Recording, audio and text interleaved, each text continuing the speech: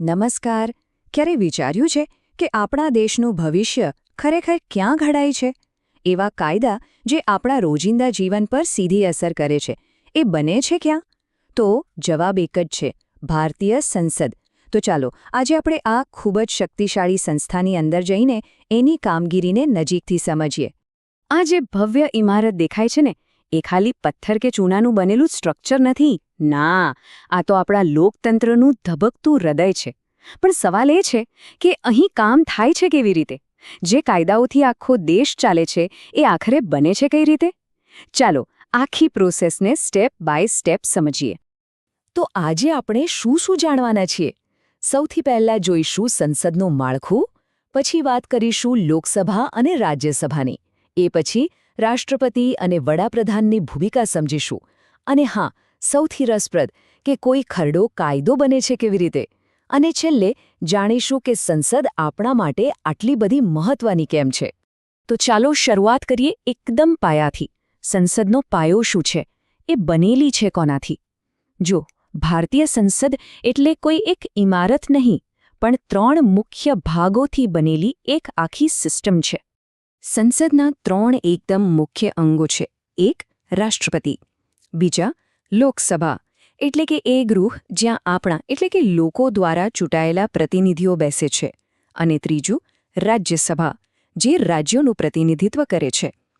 આ ત્રણેય જ્યારે સાથે મળીને કામ કરે છે, ત્યારે જ દેશ માટે કાયદા બને છે.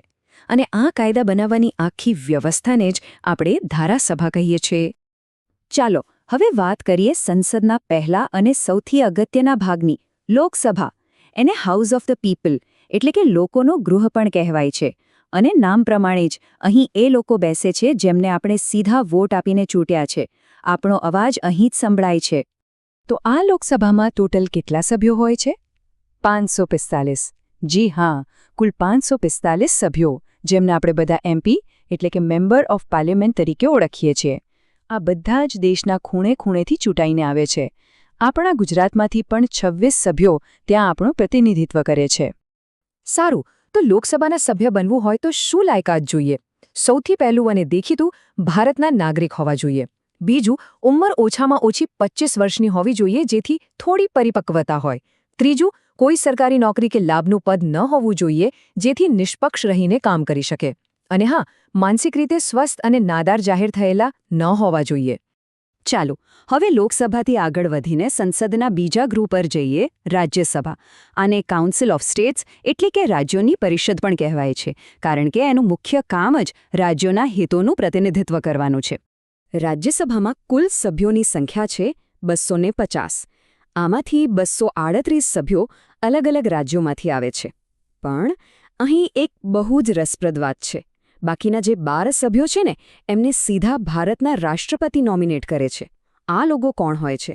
કોઈ કલા, સાહિત્ય, વિજ્ઞાન કે સમાજ સેવાના ક્ષેત્રના દિગ્ગજ લોકો, જેથી દેશને એમના અનુભવ અને જ્ઞાનનો ફાયદો મળે. હવે રાજ્યસભાના સભ્ય બનવા માટે શું જોઈએ? મોટાભાગની લાયકાત તો લોકસભા જેવી છે, જેમ કે ભારતના નાગરિક હોવા જોઈએ, કોઈ સરકારી પદ પર ન હોવા જોઈએ. પણ અહીં એક મોટો ફરક છે ઉંમરનો. લોકસભા માટે 25 વર્ષ ચાલે, પણ રાજ્યસભા માટે ઓછામાં ઓછી 30 વર્ષની ઉંમર હોવી જરૂરી છે. આની પાછળનો વિચાર એ છે કે આ ગૃહમાં વધુ અનુભવી લોકો હોય. તો ચાલો એક નજરમાં બંને ગૃહો વચ્ચેનો તફાવત સમજી લઈએ. લોકસભામાં મિનિમમ ઉંમર 25, રાજ્યસભામાં 30. લોકસભામાં 545 સભ્યો, રાજ્યસભામાં 250. પણ સૌથી મોટો તફાવત છે કાર્યકાળનો. લોકસભાનો કાર્યકાળ 5 વર્ષનો હોય છે, પછી નવી ચૂંટણી થાય. પણ રાજ્યસભા એ ક્યારેય પૂરી ભંગ નથી થતી.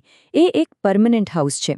એના સભ્યો 6 વર્ષ માટે હોય છે, અને દર 2 વર્ષે ત્રીજા ભાગના સભ્યો નિવૃત્ત થાય અને નવા આવે. આનાથી શાસનમાં એક સાતત્ય જળવાઈ રહે છે. સંસદના આ 2 ગૃહો સિવાય બીજા 2 એવા પદ છે જે દેશના શાસનમાં કેન્દ્ર સ્થાને છે: રાષ્ટ્રપતિ અને વડાપ્રધાન. એક રીતે જોઈએ તો એક દેશના બંધારણીય વડા છે, તો બીજા સરકારના વાસ્તવિક વડા.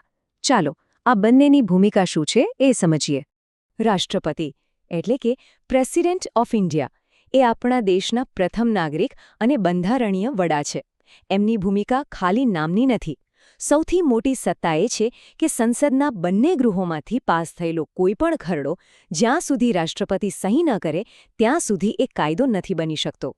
આ પદ માટે લાયકાત છે ઓછામાં ઓછી 35 વર્ષની ઉંમર અને એમનો કાર્યકાળ 5 વર્ષનો હોય છે.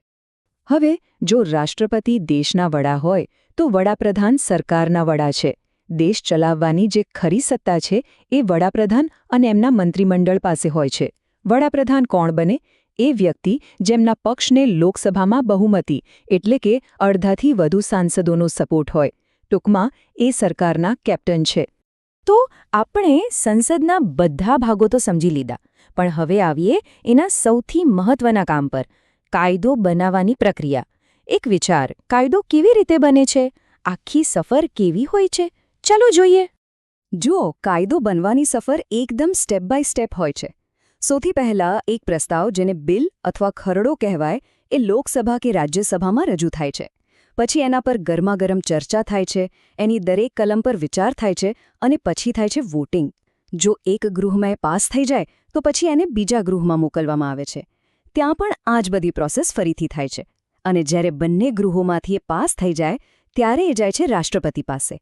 રાષ્ટ્રપતિની સહી થતાં જ એ બિલ દેશનો કાયદો એટલે કે એક્ટ બની જાય છે. આપણે આ આખી જટિલ પ્રક્રિયા જોઈ તો હવે સવાલ એ થાય કે આખરે સંસદનું મહત્વ શું છે? કેમ આ સંસ્થા આટલી બધી જરૂરી છે? સીધા શબ્દોમાં કહીએ તો સંસદ એ આપણા લોકતંત્રની કરોડરજ્જુ છે. એનું પહેલું કામ છે સરકારને જવાબદાર બનાવવાનું. સરકાર શું કરી રહી છે, કેમ કરી રહી છે, એવા સવાલો પૂછીને તેના પર અંકુશ રાખવાનું કામ સંસદનું છે. અને બીજું, સૌથી મહત્વનું કામ, જે આપણે હમણાં જ જોયું, દેશને ચલાવવા માટે જરૂરી કાયદા બનાવવા અને સમય સાથે જૂના કાયદામાં ફેરફાર કરવાનું. તો આખી પ્રક્રિયા સમજ્યા પછી હવે અંતમાં એક વિચારવા જેવો સવાલ. કલ્પના કરો કે એક દિવસ માટે કાયદો બનાવવાની સત્તા કોઈને મળે છે, તો સૌથી પહેલો કયો કાયદો બનાવવો જોઈએ જે દેશ માટે સૌથી વધુ જરૂરી હોય? શું હોઈ શકે એ કાયદો? આ સવાલ પર વિચાર જરૂર કરજો.